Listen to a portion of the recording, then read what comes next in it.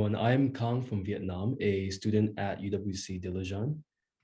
Today we celebrate alongside 17 other schools and colleges UWC Day, and we are delighted to have with us today Christian Havrehed, a UWC Atlantic alumnus from Denmark, the generation of 1988, a true dinosaur, for a talk about his amazing journey, which is described in this book, Beijing to Barbados in a sailboat.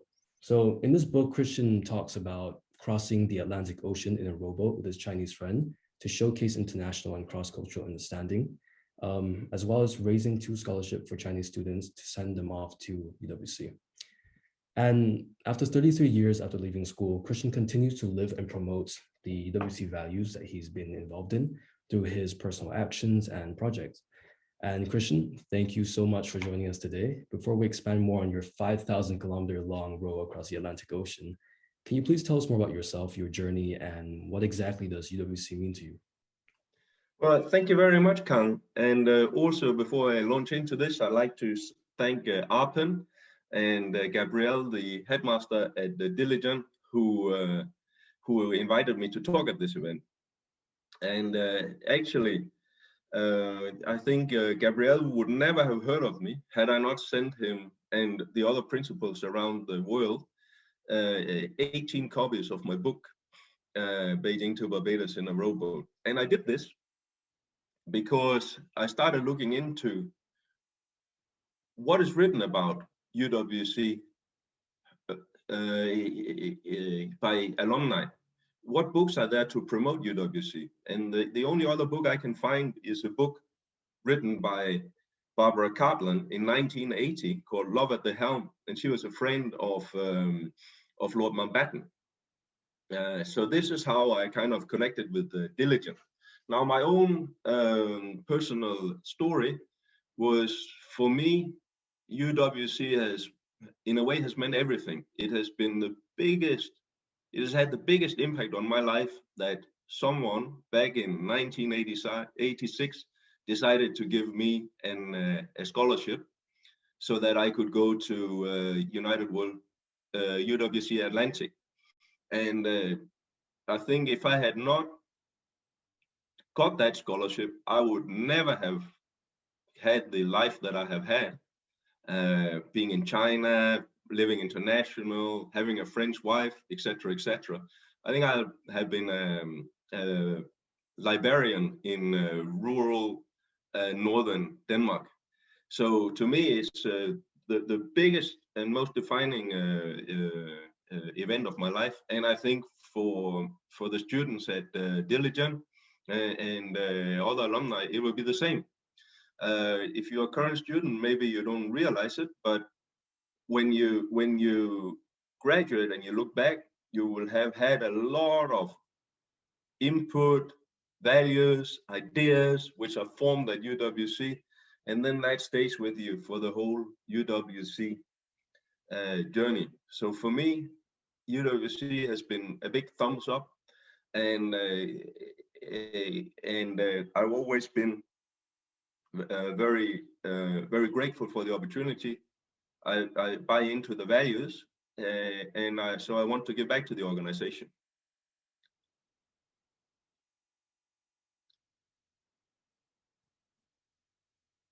Oh, can't hear you, Khang.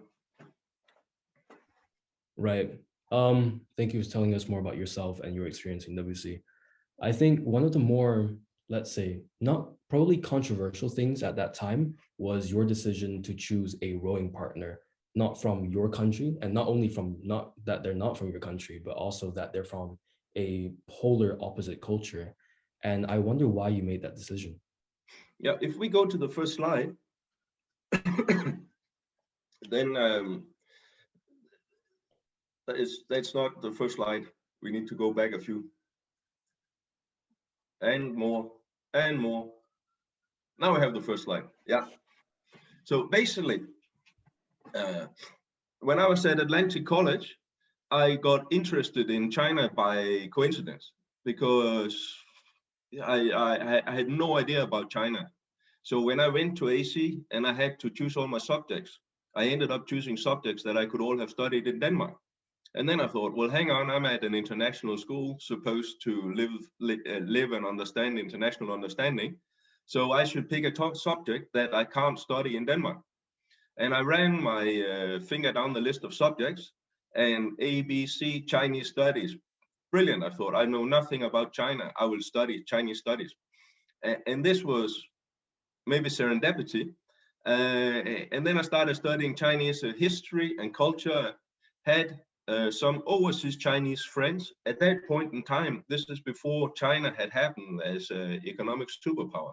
There was only one mainland Chinese students at Atlantic College. And of course, if you think about the number of people in China, and then you only have one at Atlantic College, it is vastly underrepresented. So I always had this idea that China is interesting. I would like to give something back. China should be better represented to the outside world so we can understand them better. So at the same time, I always had a dream of adventuring and at sea. I don't know why, maybe because my grandfather, he was a captain in the Danish Navy. He went to Hong Kong. I have a great grandfather who was stationed in Macau at the end of the 19th century. 18th century. So maybe genetically I was meant to be interested in China. So I studied Chinese at Durham University, and then I went to live and work in China.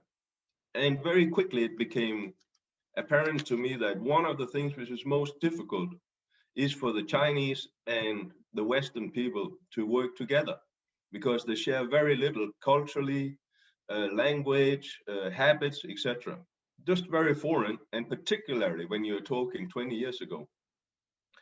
Actually, and China wasn't that well liked because it had a different regime, so it was a bit, China was weird. So actually now we're 20 years later and the cycle almost repeats itself, right?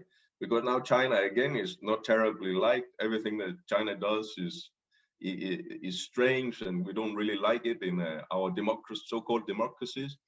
So again, you're starting to see like a rift between the understanding which China has and the West had come closer together the past 20 years, and now starting with Trump, there's a big rift again, and China and the rest of the world is drifting further afield, but for different reasons now, I believe.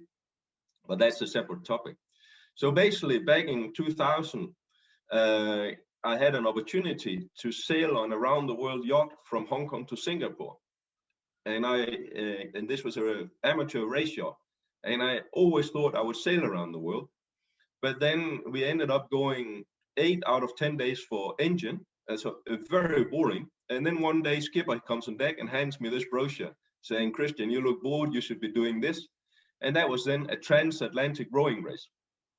And immediately when I saw that, and I had never rowed before in my life, and I still can't row if you look at the Olympics, the rowing boat, if I get into one of those, I capsize. Same with my rowing partner. But I looked at this and I thought, what a brilliant project. I can row across the Atlantic. That would be a unique challenge. When I looked at that project, less than 100 people had rowed across the Atlantic. So I thought, wow, this is special. You have had several thousand people who have climbed Mount Everest, but you only have had very few people who have rowed across oceans. And when the statistics at the time was something like 30% of everyone trying had died. But then because it was then put into a race and the boats were standardized, the safety statistics have improved significantly now.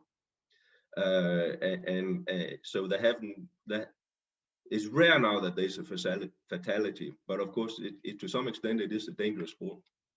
Anyway, so I was living in China, and I thought, okay, if I build my boat in China, this is before China became the world's biggest shipbuilding nation. So actually, because I built my boat in China, that is where you see historically, that is the takeoff of the Chinese shipbuilding industry.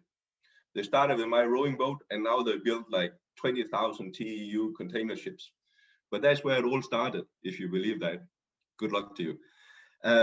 but I built this boat in China, and everybody thought it will fall apart. You will drown. How can you go in a vessel built in China? And likewise, I thought I'll row with a Chinese rowing partner, because no one will believe that it's possible to row with a Chinese rowing partner. You know, we will die. We will whatever. And I managed to find one. It's a long story, which you can read about in the book if you so desire. And we did it. So despite all the doubters, we managed to row across the Atlantic Ocean in 56 days. Sun Hai-bin, my rowing partner, he became the first Asian, maybe go to the next, no, sorry, stay here on this slide. He became the first Asian to row an ocean, Chinese as well. I became the first Dane. We raised 2 scholarships and sent 2 mainland Chinese students to UWC. And when we wrote the book, it was then published in English, Chinese, and Danish. And very luckily, we then had Queen Noor, our president of United World Colleges. She wrote the foreword, and you can see it here on the slide, where she says, "The Yantu project was an audacious undertaking. This book sends us a powerful message that it's possible to achieve the seemingly impossible as long as there is trust in one another and a shared vision." This I believe, and this I think is what UWC is about. So I use this project here to showcase UWC values and give back. Now, if we take it into this, how I think about reimagining tomorrow, if we go to the next slide. You know, we have all of these things. UWC makes education a force to unite people, nations, cultures for peace and a sustainable future. And very much something, I think, which we don't, unfortunately, market so much as we used to within the UWC movement is, there is more in you than you think, and we should challenge ourselves in the great outdoors. That is something where I think we have lost the way a little bit in UWC at some of the schools.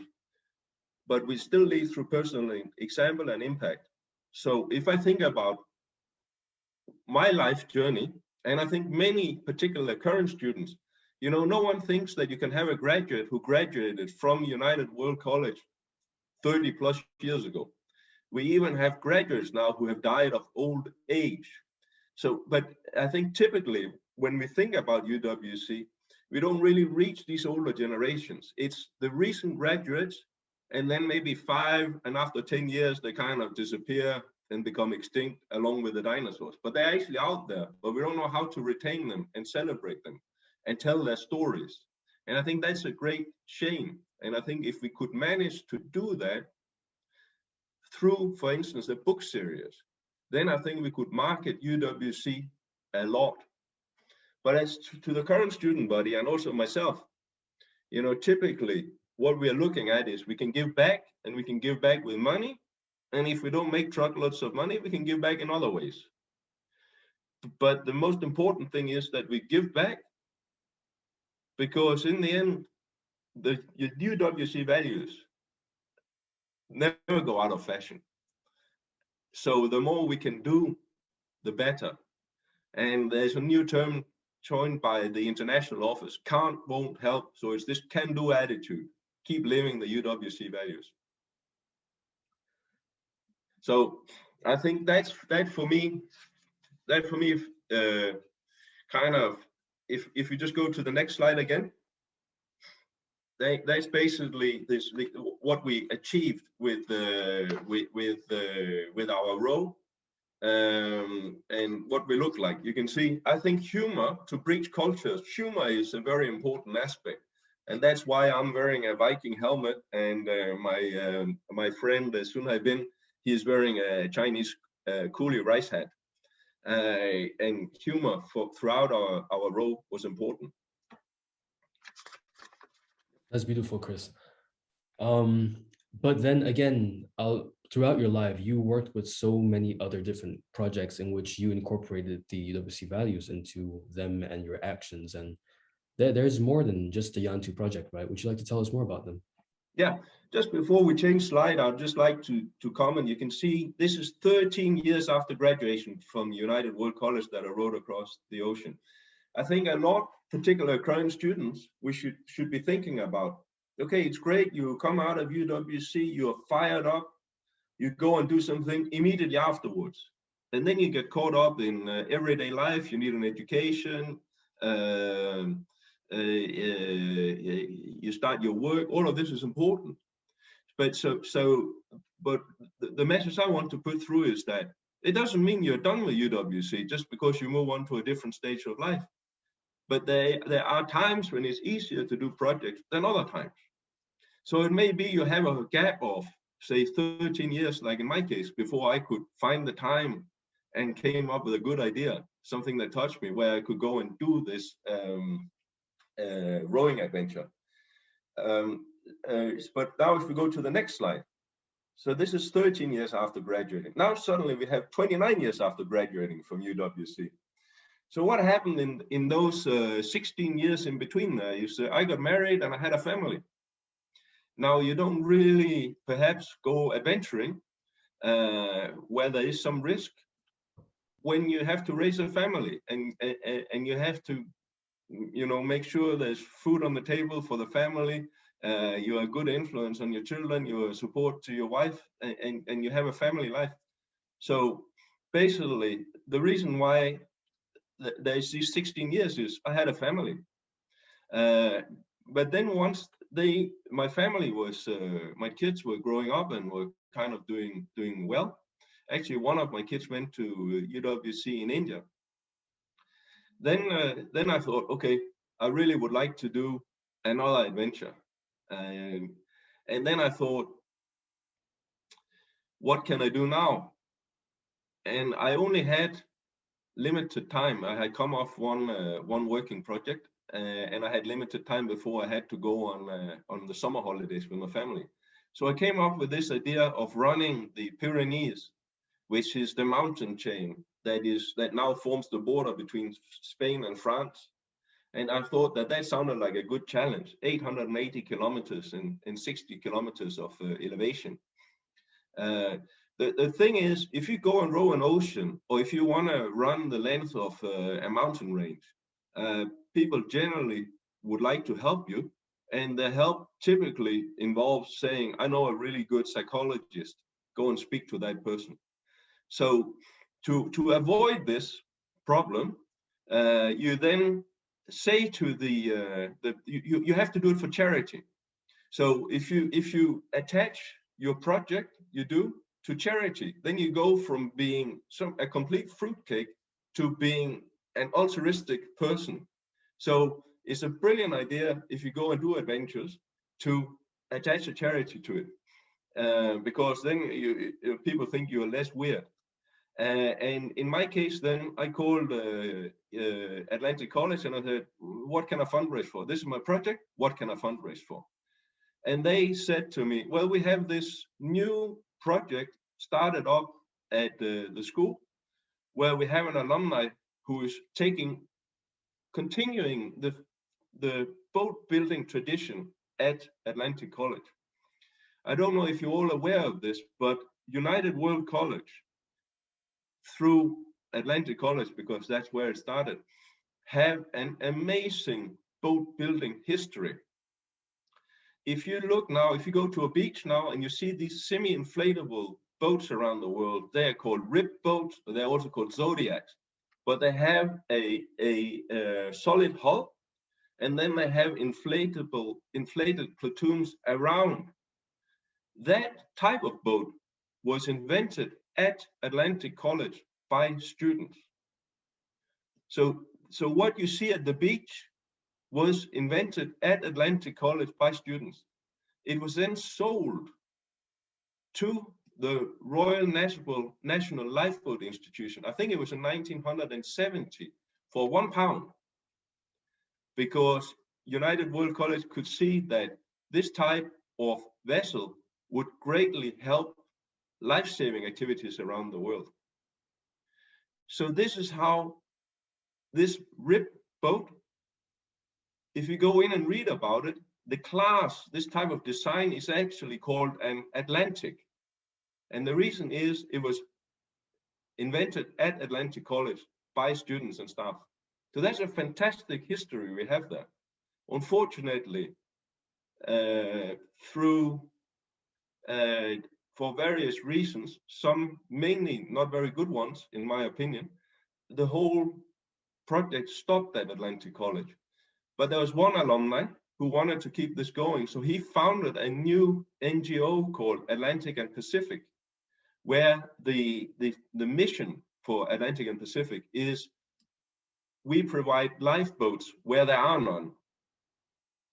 And then these lifeboats, they are built at Atlantic College by students and sent around the world and deployed. So I called Robin Jenkins, who's the founder of this initiative, and said, Robin, I'm going to run the Pyrenees and I will raise money for you. What should we what should we fundraise for? And he said, oh, brilliant, Christian, thank you very much. We need a lifeboat to be sent to Mozambique. So we then fundraised, and now the students are building this lifeboat to be deployed in Mozambique. Why Mozambique? Because Mozambique, they have a terrible record of drowning incidents. So the hope then is to start building up a Coast Guard near sea rescue expertise, which currently is missing there. Next slide, please.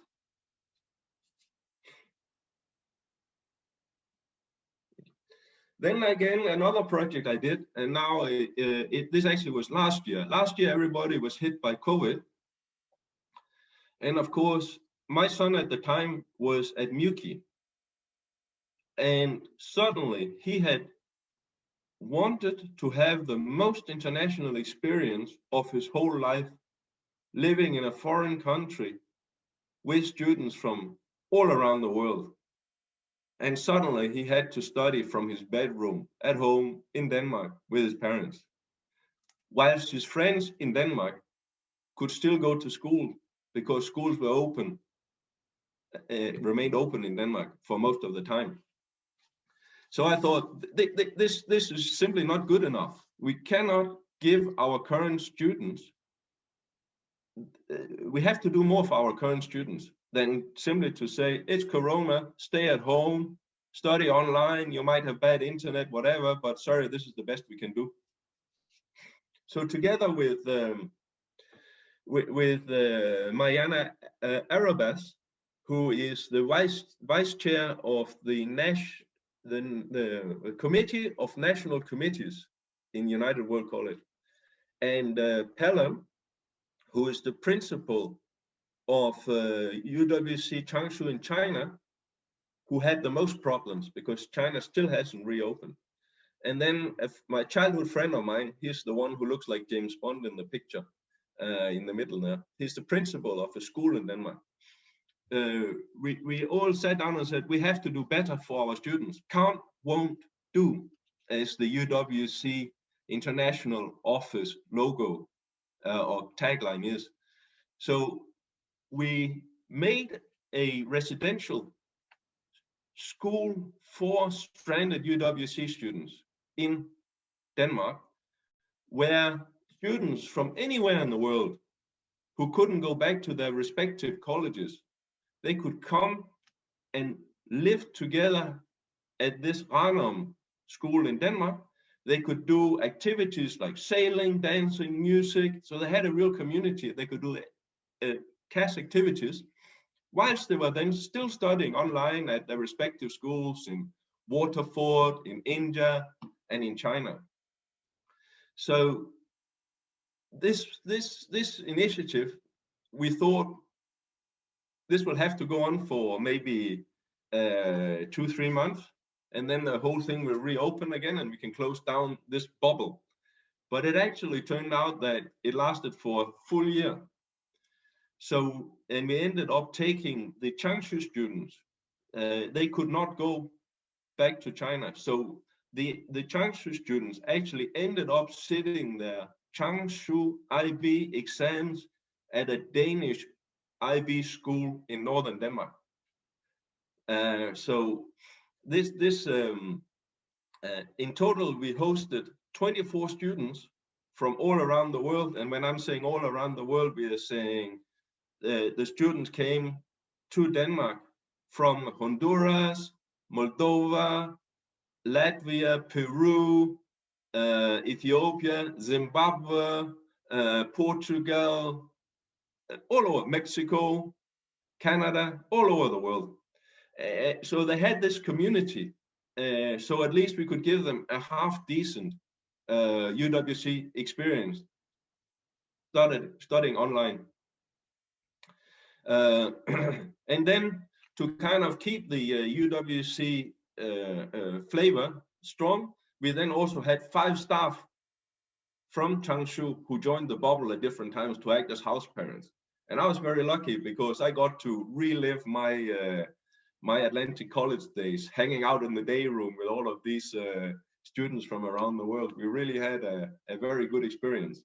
And now all of these students have now moved on to their universities in various places, except for one actually, or a few, for various reasons. But one actually, Diana, she's currently employed at the UWC Diligent, and I'm very grateful to Gabrielle and the college that they have been able to accommodate her so she can apply for her visa and go and start her studies in America in January. And the reason why she's not there now is because she's from she got derailed in her visa application process through international due to international political incidents. So that's then another thing that I have done, and this kind of just came about. I'm quite pleased because in the end we ended up getting a recognition, Mariana and I, from Jens Walterman, who is the former executive director of UWC International, that we have created a first in UWC history. This, of course, I'm very proud of. I fundraised again because, of course, this took money. So I fundraised some seed capital for this, where I rode from England to Denmark with 3 UK Marine soldiers. And the guy who's sitting behind me in the picture, he's actually a UK war veteran who was served in Afghanistan and was shot there and had a medical discharge. So that he could come out and row and kind of use this row to move on was great for him. And he, as part of a group of 4 UK Marines, they actually ended up rowing the Atlantic together at the end of last year. So that's how these type of sometimes good things just happen. They fall into place. So that's another project I've done. And yeah, it's quite incredible, and it looks like those Marines were doing the same thing as you did, and they were quite influenced by you, especially with the Atlantic rowing. Yeah, I mean, now you have, I think now you've had about 600 people who have rowed across an ocean, and there's a race every year. So now it's not like climbing Mount Everest. It's not a sausage factory like this, but it's increasingly becoming more and more mainstream to do it. I mean, that's incredible. You guys are the pioneer of that project. I have another question for you, Chris. Yep. It's concerning the whole theme of UWC Day, especially with reimagining tomorrow. So as a UWC alumni, especially a dinosaur one from 33 years ago, yep. What's your take on this theme of reimagining the future? What do you think is important when you go into this this particular message or this particular? What's your take on it? Yeah, I think then we need to jump to the last slide.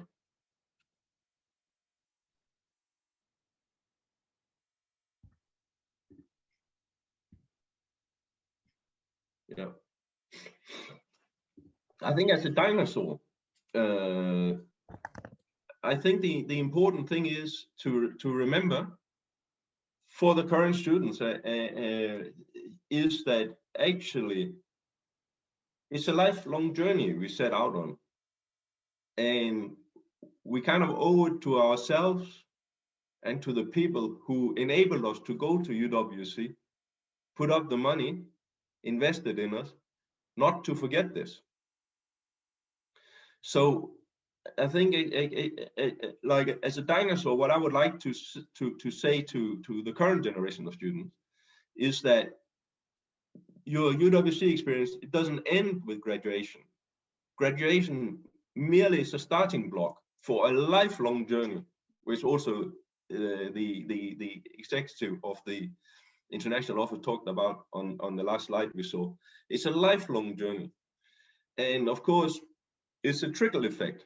If we all do a little, then these drops will fall, they will start forming, they will make a small creek, it'll puddle, it will flow into a creek, it will make a river, and it will flow into the ocean. I think this whole thing, we're keeping a long time perspective of and a long commitment to UWC also after graduating, and not kind of just saying, okay, I graduated now, I've done my bit for world peace and a sustainable future. Or 5 years later, okay, now it's 5 years ago, I've done my bit. But actually, to have this stay with you throughout your life. Many people live UWC values in their life. You have many people in Doctors Without Borders, you have who are doing amazing things, and in NGOs and what have you. We just don't know. The colleges are not very good at keeping in contact with the older alumni. And I think the alumni themselves are not very good at saying, hey, I did this for United World College to support United World College. So I think this is somewhere where we as older alumni, we need to kind of do more. And to the younger alumni, the message is, it doesn't finish with your graduation or 5 years after graduation. It's a lifelong journey. You might drop out because you need an education and start your job, or you need to have you found a family and don't have time, but it's never too late to start. So with all of us, all graduates, and there are more than 50,000 around the world, I believe, if we all did just one project in our lifetime, or we did one project every 10 years of some degree, and we marketed this and we said, I do this because it resonates with my UWC values, we will have a tremendous impact to the wider public. And we will also kind of reinvigorate our own organization, because we don't know a lot about each other. We don't really know who to celebrate. You know, who's the biggest UWC hero in terms of having lived the values in the 60s, in the 70s, in the 80s. We don't know, but maybe we should start looking into that. And one thing, I've tried to start up I'm a member of the Danish National Committee. One thing that I've started doing is to contact the older Danish alumni. That is those who graduated. I'm saying I'm old, so is anyone who is graduated 1988 and previous. And typically they have lost touch with the UWC, or when they're contacted by UWC, it's because UWC wants to give them money. So I think we can do better than that, and we should take it upon ourselves to kind of make UWC, now we are international, we are multicultural, we are LGBTQ inclusive and stuff like that, but we are not particularly multi-generational. So then maybe that is the next thing, reimagining tomorrow, where we should try and become this more, and we should try and be more open and talk about our UWC values and how we live them out. Personally, I would like to see that coming up to the 60th anniversary of the founding of UWC next year, that we will start to have a book series about UWC in action. For instance, the first book could be UWC in Doctors Without Borders. We write a book telling about different people from different ethnic origins, black ones, green ones, blue ones, yellow ones, white ones, from rich backgrounds, from every continent, from poor backgrounds, and they all end up in Doctors Without Borders. And they all have done amazing things for Doctors Without Borders. And what ties this eclectic group of people together is that they all went through United World Colleges and had this experience and was installed with these values. I think that such a book would be not only a great marketing tool and a great read for the public at large, but also for our sponsors who are increasingly saying, it's very good, you have these nice sounding mission and vision, but what's your impact? And then if we could then say, just hang on a minute, Mr. Sponsor, here's 5 books, UWC in Doctors Without Borders, in politics, in NGOs, in the UN, or whatever. This is our impact. This is what you are helping us do. I think for reimagining tomorrow, that's where I would like to see that UWC goes to.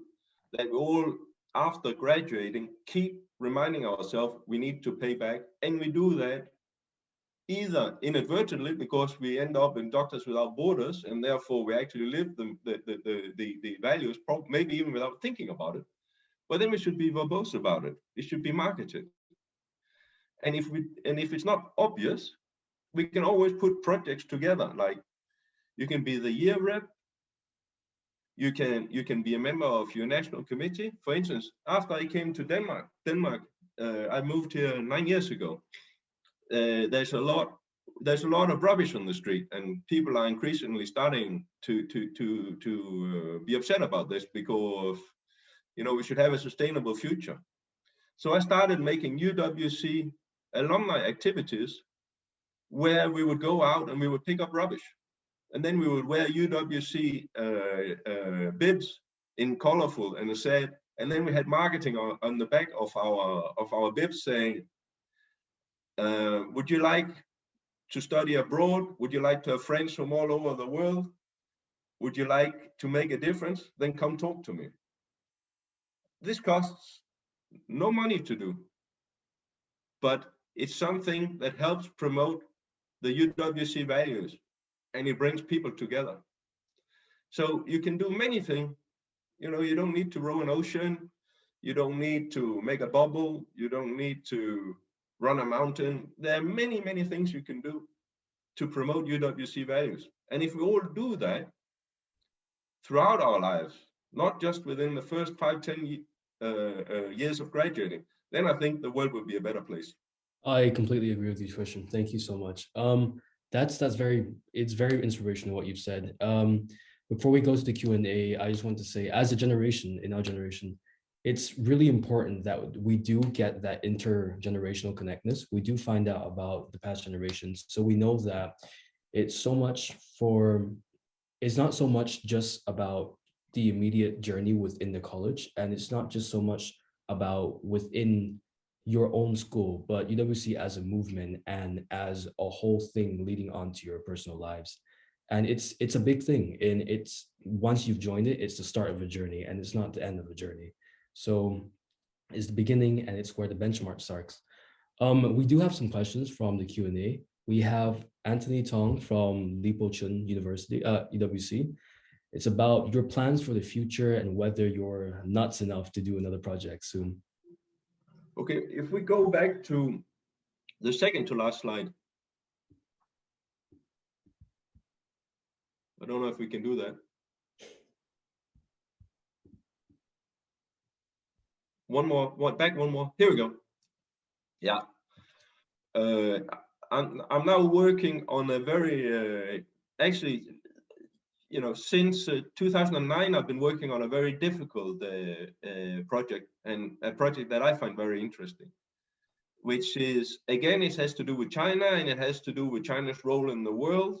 When I picked up on this project, we didn't have the tense political standoff that we have now, but that's how politics change over time. But essentially, there are good reasons based on Chinese historical sources to believe that the Chinese, like the Vikings, visited America before Columbus. And I can see we don't have the very oldest newest slide pack here because I have a caveat, which is basically that this has nothing to do with Gavin Menzies 1421, the year China discovered the world. I don't want to have anything to do with that because it's very, his whole hypothesis may be true, but the way he's gone about it has rubbed the academic world up the wrong way around the world. So to try and further his argument with his Zheng He story anymore, which is in 1421, is pointless. I'm going back further in history. I start in 210 BC, and where there is a possible story of a trans-Pacific crossing. And then again in 499 AD, where you have a Chinese monk together with 4 Afghan monks, actually, who come back from a country 10,000 kilometers east of Japan. And they are received at the Liang court in China. So this is what I'm looking into. And that's also why I collected this rowing boat in the UK last year and rowed it to Denmark with the Marines, is that I'm researching, is it possible to make a link all the way across the islands which hug the Pacific Rim, of being able to prove that the Chinese have been here before Columbus. So if I can do this all the way onto Alaska and possibly down into Mexico, because this is not a new thesis, it was first brought up in 1760, and then between 1760 and 1830, all Western academics agreed that, of course, the Chinese have been in the Americas before Columbus. But then you had the Opium War happening. The Brits, they couldn't really peddle opium to nice people. So they started doing a smear campaign against the Chinese. And then, of course, you can't have the Chinese having discovered America before Columbus. And then the whole story was forgotten. And luckily for the Western world, around the same time, you had the story that maybe the Vikings, nice, fair, Scandinavian, blue-eyed people, had been to the Vineland, and then the whole focus went to there. So both stories until 1970 were just based on not that detailed records in the Icelandic sagas and in Chinese history books. Then in 1970, you had a explorer couple from Norway who sailed the coast of Newfoundland with these incomplete incomplete Icelandic saga descriptions, trying to find out where would they have settled according to these flimsy descriptions. And then they went on land somewhere in Newfoundland and they found the Viking settlements. So because someone specifically went to look for this, it ended up that it was proven beyond a doubt that the Chinese had actually visited America before Columbus. No one has specifically gone to look for this proof, how the Chinese could get to America. So this is what I'm doing with my project. I'm going small area by small area. You start off from China to Japan. Can we prove the Chinese were here before Columbus? Then we go from Japan, the Kuril Islands, up to Kamchatka. Can we prove the Chinese were here before Columbus? Archaeological finds, historical records. Then we either go over the Bering Strait or we go along the Aleutian Islands over to Alaska. Can we prove the Chinese were here before Columbus? Then down through Canada, America, down to Mesoamerica, which is where you have the biggest contemporary comparable figures, archaeological finds, where you can say this clay pot found in Mexico or Honduras looks exactly like a clay pot invented in China or produced in China at the same time. But this can, of course, this doesn't mean that there has been a connection between those two cultures at that time. You can also have that people invent the same thing in isolation of each other. So I'm hoping with my trip to be able to prove without a doubt that the Chinese have physically been here before Columbus. And then if that happens, we can rewrite the world history of discovery. So it's not an easy project, and it's a long-term project. But the interesting part of this North Pacific Rim is that it's a part of the world that people know very little about. And it was actually the last part of the world to be mapped by the imperial powers. So so when I go along these routes here, then I want to, one thing is to look for the Chinese evidence. Another thing is to tell the story of the minority peoples from those regions, the Ainu, the Inuits, and so forth, and fundraise so we can have students from minorities, ethnic minorities from those regions being sent to United World Colleges around the world. So that is the project, long-term project I'm working on now.